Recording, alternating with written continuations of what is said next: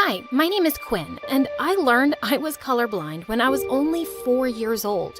It's not that everything was black and white, but to me, rainbow was only blue and yellow. I never felt bad about it because my dad was colorblind too, and he was super rich and we lived in a huge mansion. It wouldn't be so bad to be just like him. The trouble began when I started going to school.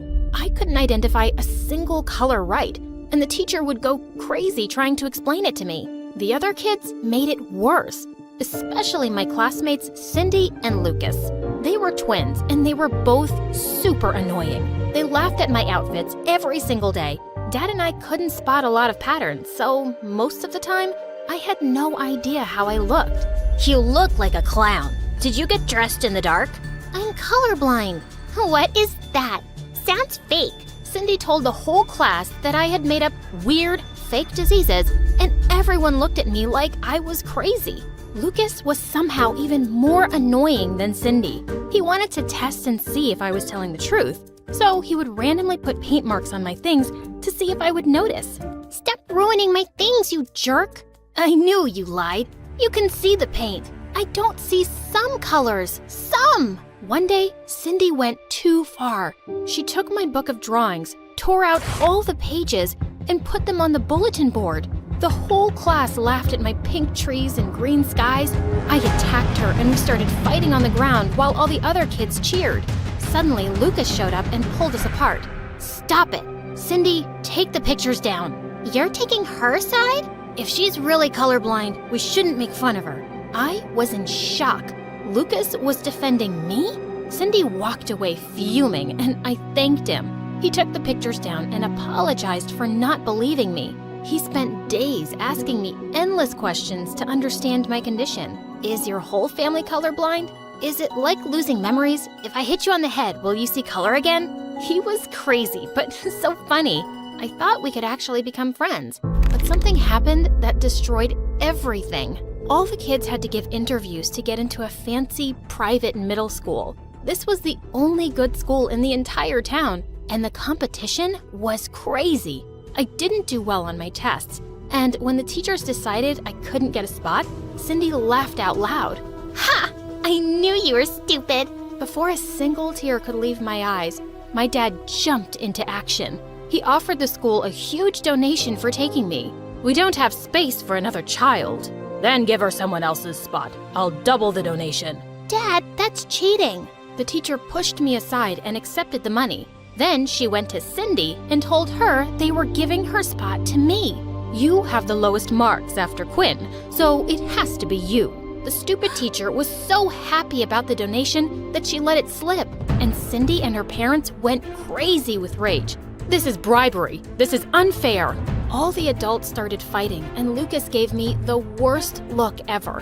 I can't believe you would do this. I knew he was cheating, but Dad refused to back down. We joined our new school, and Lucas came here all alone. One day, he told us that Cindy had been sent to boarding school. None of the other schools in town are good. Now she has to live away from her family. I hope you're happy, Quinn. That was the day we became enemies. He hated me. I felt bad for him, and I tried to make it up to him by buying him presents, but he threw them back in my face. You can't buy me, you brat.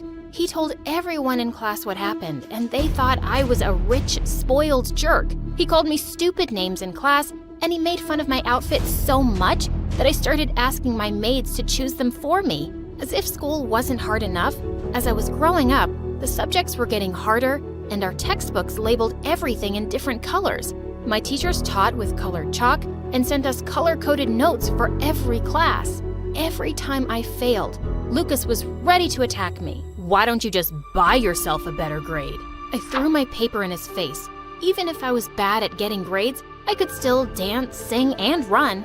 I started going to classes and training after school, and in a few months, I was a part of both the school track team and the cheerleading squad.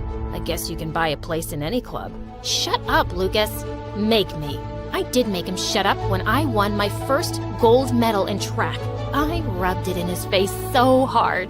When my winning streak continued, my principal called me to her office to congratulate me and said, Quinn, you can get amazing offers from colleges if you keep performing like this. But You have to maintain an average grade of a C. That made me nervous, and her solution made me want to throw up. We're going to partner you up with the best kid in school, Lucas. Lucas walked in with the most evil look on his face. The teacher said that Lucas would be my partner in every class from now on, and he would tutor me every day after school. Oh no. I tried to protest, but my teacher thought it was a great idea, and Lucas agreed with her. What was he going to get out of this? The answer was simple. He wanted to torture me. He gave me a mountain of homework every day, and if I didn't do it, he threatened to report me to the teacher. Whenever we partnered up for projects, he made me do all the work for the learning experience. He was going out of his way to annoy me. And one day, I just vented to my dad about it at dinner. I was not prepared for what Dad did next. He showed up at school and barged into class with the principal. They announced that Lucas was expelled for bullying me. What? We all rushed to the principal's office, and I screamed at my dad. What are you doing? Getting rid of your bully. I didn't want you to solve my problem. I just wanted your support. I am supporting you. You can't just crush people's lives for me. It's not fair. It's what made everyone hate me in the first place. If you do this, I am never talking to you again. Dad looked shocked. We had never shouted at each other like this. Fine, he can stay. Never bully my daughter again. With that, Dad stormed out without even looking at me. I'd never fought with him before, and I couldn't help but cry. When Lucas offered me a tissue, I slapped his hand away. I don't want your help. Just go away. I'm not helping you. I'm just standing near you, and I happen to have a tissue. I snatched it out of his hands and turned to leave, but he pulled me back. Why didn't you just let him expel me? Don't I bug you? I'm not a jerk. I hated taking Cindy's place, and I wish I could undo it. I'd never do that to someone again. I may have been meaner to you than I needed to be. I'm sorry. You're what? I'm sorry, okay? I'm not saying it again. With that, he ran away, and I was stunned. This was the nicest conversation we'd had in years. When I went home that day, Dad and I sat down to talk about what happened. To my surprise, he apologized for going overboard. I made him promise to trust me and let me handle my life myself. How can I make it up to you? Is there anything that you want? That's when I got an idea. I asked Dad to pay the school to offer Cindy a place again. She's living away from her family because of us. We should fix it. Dad agreed, and the next day, he put in a request to have Cindy transferred back. She accepted the offer from our school, and when Lucas realized she was coming back, he went crazy. Did you do this? Yes, I'm so happy she got accepted. Thank you. He grabbed me in a hug so tight, I could barely breathe. He finally forgave me for everything that happened, and we became friends again. He tutored me for real this time. He found colorblind friendly versions of our textbooks, and if he couldn't, he would make notes that I could clearly understand. I finally got a B average, and I got an offer from an amazing college. I literally flew into Lucas's arms. He lost his balance and we fell. Our faces were so close together that I blushed. Suddenly, someone pulled him away from me. It was Cindy. She was back, and I was nervous. I was sure that she still hated me for all those years she had to be away from her family. But she acted totally sweet and normal. I know you took my spot, but I bullied you when we were kids. We both did stupid things. I miss my family, but I had a nice life in school. I'm just happy to be back now, and I hope we can be friends. I was shocked, but Cindy and I actually started hanging out. When Lucas finally got into his dream college, we all celebrated together. One day, Cindy showed up at my house, and she was in tears. She told me that her family was out of money. There's no way they can pay for Lucas's college, but he literally dreams about college. He can't go unless you do something about it. Your dad has connections, right? He can convince the college to give him a full scholarship. No. We can't interfere. We have to. Lucas already has a spot, so we're not hurting anyone. He works so hard. He deserves this. I was scared, but she was right. I asked my dad for help, and he said, I have a friend at the university I can talk to. I'll do it. A few days later, Lucas showed up at school, fuming. Did your dad contact the scholarship committee behind my back? No. Tell me the truth. Everyone fell silent. Yes, he did.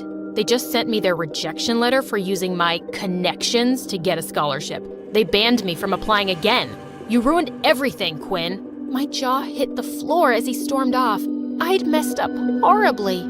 Lucas refused to come to school, and he didn't pick up any of my calls. Cindy even took me to their house, and he just hid in his room and played music at the highest volume so he couldn't hear me.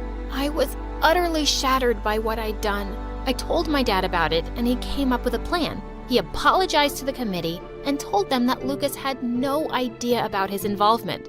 My daughter has a crush on the kid at school, so she made me do it. Oh my God, Dad!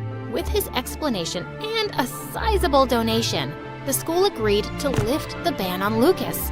I literally flew over to his house to tell him about it. He wouldn't open the door, so Cindy let me in through the window in his room. Ah! The college wants you back. They lifted the ban. I got their email. Did your dad pay for this too? Maybe he did. So what? It feels like you do whatever you want and you just pay for your problems to go away. I didn't pay for my problems to go away. I did it for you. I thought you deserved that school. You're being an idiot, Lucas. I convinced Quinn to help. She didn't even want to do it. I could have gotten into so much trouble. I just acted rashly because I care about you. I wanted you to have what you want, and I almost ruined everything. I'm really sorry. When Lucas finally forgave me, I literally burst into tears. I did not like feeling guilty. They both hugged me, and I finally felt better.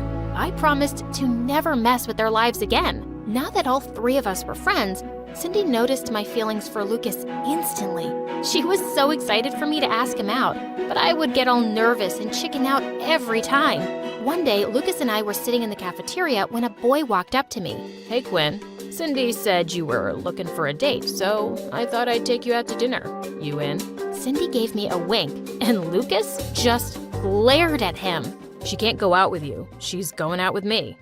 I am? Oh, I didn't ask you. I'll do it now. Quinn, you want to go out with me? Dude, I asked her first. She'll pick me. I don't know. Aw, come on. It's a real pickle. I'll need 2 or 3 days to think about it. Lucas leaned across the table and kissed me. I was breathless. Yes, my plan worked!